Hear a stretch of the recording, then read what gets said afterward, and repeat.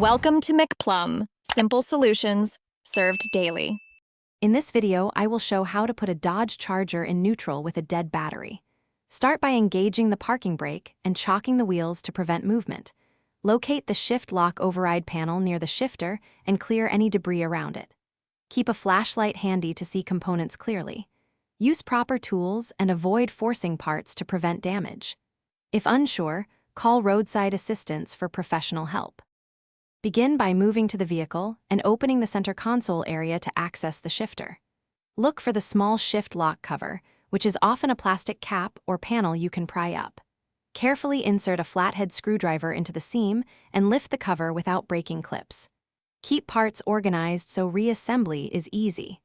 Once removed, you can access the manual release mechanism beneath the panel to override the shifter. With the cover removed, press and hold the brake pedal firmly while preparing the override tool.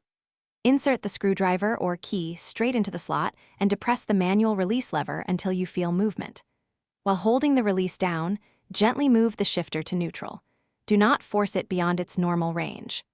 Once in neutral, secure the car with wheel chocks and reattach the cover and any screws to restore the console appearance and safety.